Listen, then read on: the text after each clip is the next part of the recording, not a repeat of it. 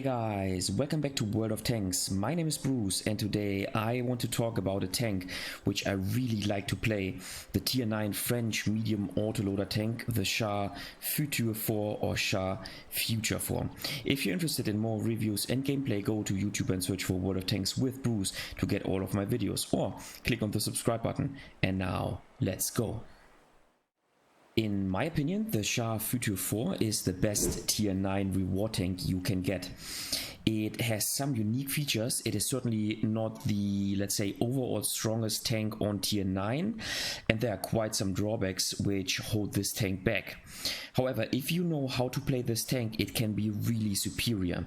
In this video, I will show you how strong this tank can be, and in addition to this, I will show you why this tank is a huge recommendation, not only for players who are looking for a challenge, but also for those who want to start playing autoloader tanks. Alright, Char Future 4 in a nutshell. You get a very mobile tank with a 60 kph top speed, almost 23 power to weight ratio, and a tank with a decent view range, 380 meters, and also a decent camo. So this tank is a good spotter with 16.1 stationary camo and about 12 moving camo. And in addition to this tank features a very precise gun, 0.33 dispersion and 2.11 aim time, alongside with a superb 264mm of standard penetration. Means that you have a very accurate gun. On top of that, you get a 4-shot autoloader tank. Yes, you have a total reload of 40 seconds and an intra-clip reload of 4 seconds between each shot, but with your tank you can make a clip damage of 1560 alpha damage. And let me show you how dangerous this can be for an adversary tank. So we track the T30. Nice. Now we wait 4 seconds and we want to retrack him with doing damage. Now we just simply fall back. We retrack him again with, once again, doing 390 damage. Little high roll here, and now we can take him out. So we can clip out a whole tier 9 TD with only one clip. This is the combination of the things which make this tank so superior. Alright, first game in the Char Future 4. We are in a tier 9 matchup, so top tier. But first of all, let's take a look at the map and see what options we have. Spawning on Lakeville in the north with the Char Future 4, you have several options. My preferred choice is to support the tanks winning the city on the 8, 9 and 0 lane. And in my opinion, the northern spawn offers an advantage over the southern spawn, because you have a nice location which is right here, where you can basically simply wait until enemy tanks advance on this position, and then due to some bushes here you can get the first shot opportunity on those tanks. Besides this, in my opinion, winning the city is much more important because it is the dynamic gameplay, whereas the position here on the 2 lane is more static. So most of the time winning the city actually means winning the game. Now, I talked about the strength of this tank already, and most people say that the biggest drawback of this tank is its 40-second reload time of the autoloader clip. And yes, that is obviously true. On the other hand, in my opinion, this also gives you an advantage. And now you might think, well, Bruce, I think you are just being stupid. No, seriously, I think that most of the autoloader tanks and most of the autoloader tanks with a short reload time of the clip seduce the player to make aggressive gameplay. And the 40-second reload time of the clip of the Char Future 4 means that you are not tempted to conduct such an aggressive gameplay, because you have to wait 40 seconds anyway until you can finally make some damage. And so in the Char Future 4, you are basically forced to think about where you are going and how you can set up a trap for your opponents. And in my opinion, this is actually an advantage, at least for players who start playing autoloader tanks. Because once again, just rushing forward to your opponents is not an option in this tank, and this is the biggest mistake of most of the autoloader beginner beginners in World of Tanks. And so yeah, in my opinion, you can also see this as kind of being an advantage if you start playing autoloaders in World of Tanks. Okay, so yeah, as we have a double bush situation, this is we don't get spotted by the IS-3. And so we make 2 shots and we start the game with a lovely 773 damage in our tank. Now this is the standard position that I play on this tank regularly. If I start in the north, it's actually it's the northern spawn, to be quite honest, not the southern. And so yeah, so obviously the question always is, do you want to reload or not? And in this case I am lucky because the Skoda T56 is approaching and we make 2 more shots, and so a very decent start at the beginning of the game. We can make the full clip in this game. Now this position is really superior, and in my opinion you should never push the 0 lane if you spawn on the other side of the map. Okay, so once again we have to reload 40 seconds, which gives us the time to think about what we should do next and to spend a look onto the mini-map. And so first of all, let's see which tanks have not been spotted yet. Okay, so tier 8 tanks, all the tier 9 tanks have been spotted. And so I think we have a pretty good overview on where the enemy tanks are positioned. And so I think it is time to advance. You should never play over aggressively in your tank, and I'm signaling this tank that I'm going to help him. Okay, I need to go down here. We can take him out. Nice. And now maybe we can make more damage to the Skoda T56. I think he's turning his turret, so let us see. Okay, so instantaneously I want to go into the reload because it takes 40 seconds. Now meanwhile I want to fall back into this position so that I cannot get pushed during my reload. And now let's simply wait until we've reloaded our clip. Looks like our team is making damage, and of course, yeah, okay, the WZ131 is pretty low HP and is now taken out of the game. Maybe I can help the BZ176, but once again the Skoda T56 is falling back. And so you know what? Okay, here is the Vipera, and you know what? I think it is time to help the Vipera. Now, after all, we have a clip potential of 1,500, I think 60. And now it is time to hit the Vipera. So let's track him. Here we go. Nice. We track him. And now he does not have any chance whatsoever. Okay, he reverses.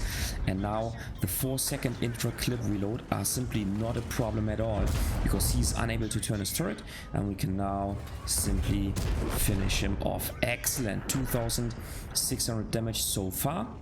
And yeah, this is the strength of this tank. And I have to say, I really like this tank due to the combination of the things. You get a decent spotter, you get a tank with bouncy armor actually, so the upper hull of the the upper hull, the arm of the upper hull is angled nicely, and so you know you will find yourself in situations where shots frequently bounce, especially if you're fighting against unexperienced players. Okay, so now it is time to advance. This tank once again offers a decent mobility. It's not the tank with the best acceleration, but the overall mobility is very nice. And alongside with its spotting capabilities, this tank, this is what I meant. So his shot bounces, and so we can take him out because obviously we have the faster reload in between our shots.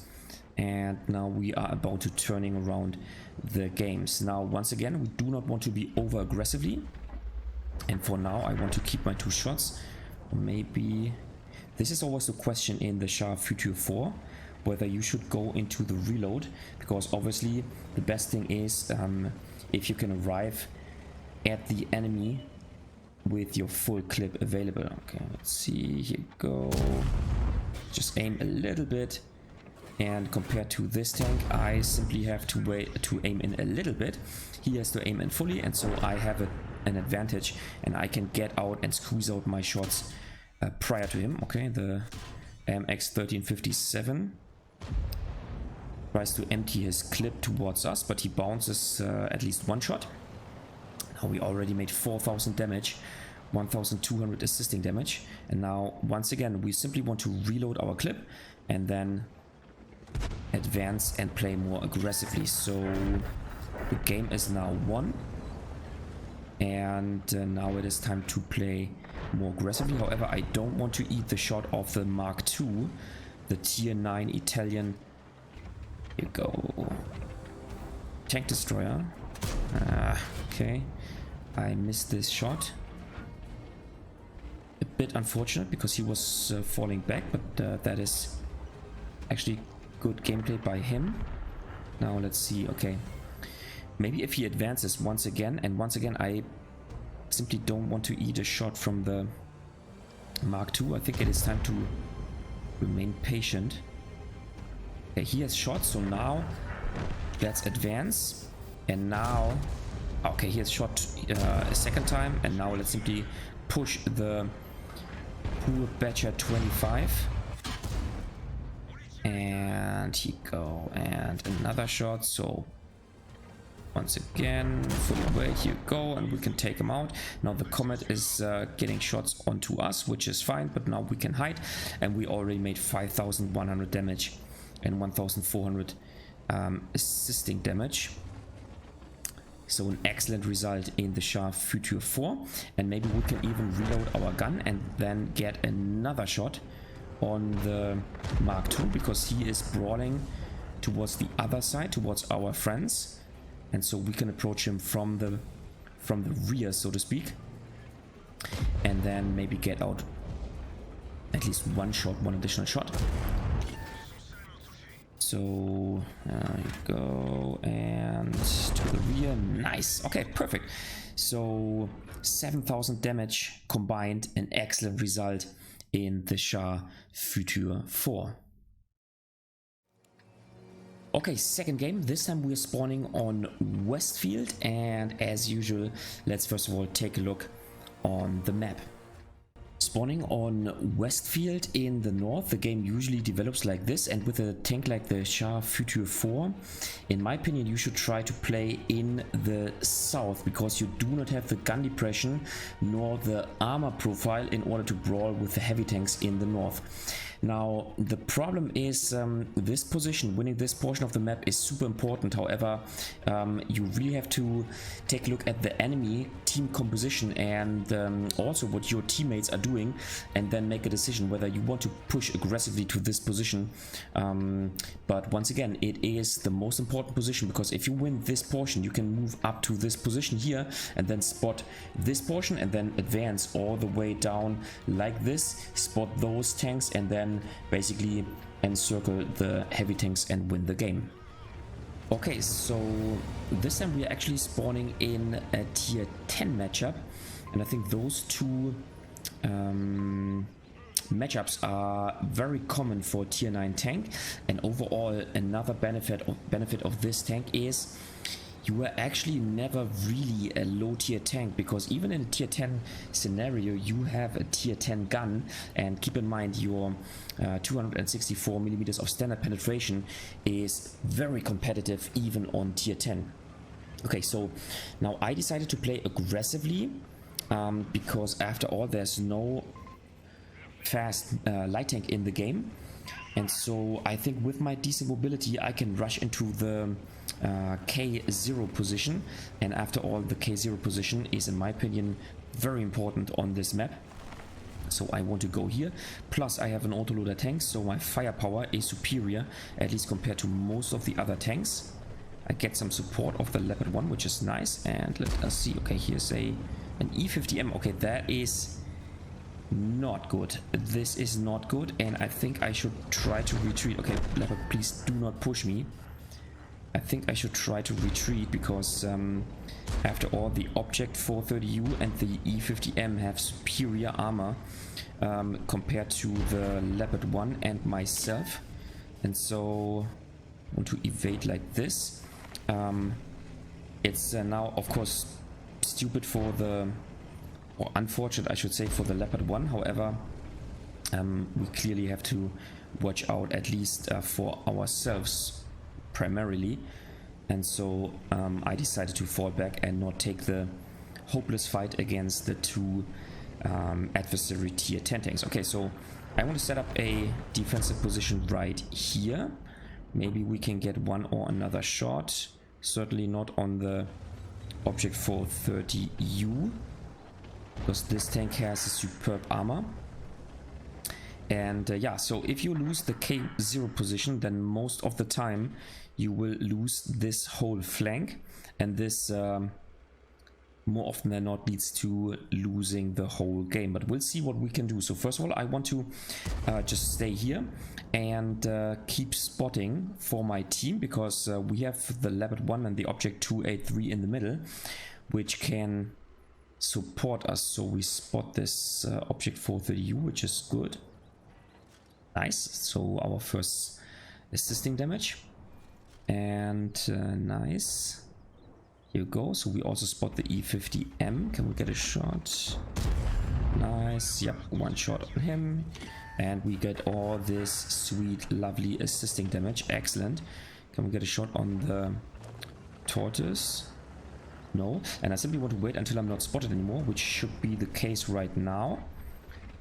I have to make sure that I'm not proxy spotted by the E50M.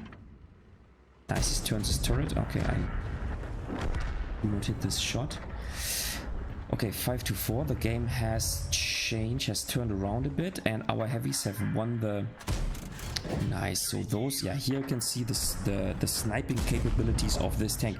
The gun is super accurate, and you get a decent sniper with this tank. So in my opinion, once again, this tank has so many strengths that I really think that if this tank would have a lower intra-clip reload and a lower overall reload, then this tank would be overpowered, certainly.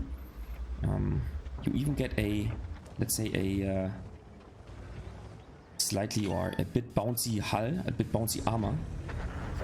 And okay, let's see what we can do. Okay, look at this, 3,300 assisting damage. Excellent. I think it was a good choice, a good decision to stay here and to spot for our teammates. And the good thing is that we do not get pushed by the enemy tanks, which is good. Can we take them out? Nice, we can.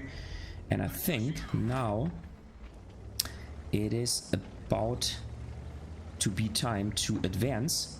Maybe we can get some cross shots and kill those tanks. So let me see. Okay, nice tracking shot, and okay, he's not killed by ourselves, but we get the assisting damage, which is nice as well. And maybe some more shots on the... Here you go. I'm spotted, but I don't care. Okay, my clip is empty, and so I need to fall back and simply make sure that I don't get hit during my reload. Okay, the Object 430 is driving down to below the bridge, so he cannot get a shot on us. Meanwhile, we made 2,100 damage and 3,900 assisting damage, so about 6,000 combined. Once again, a decent result in the Char Future 4, and I think this game showed basically the other part of this of the strength of this tank. It's decent mobility and also its spotting capabilities. There's no doubt that I can... Oh, thanks for pushing your teammate, man. There's no doubt that I can outspot the E50M and other tanks in the game. And so once again, in my opinion, this tank is so much fun to play, and I really recommend this tank for beginners due to the fact that you are not seduced to aggressive gameplay at the beginning of the game as you are with other autoloader tanks. Alright guys, that was it for today with the Char Future 4. What do you think about this tank? Do you like it? Do you agree that this tank is the strongest tier 9 reward tank? Just leave a comment in the comment section down below. If you liked the video, give it a thumbs up. If you hated it, give it a thumbs down.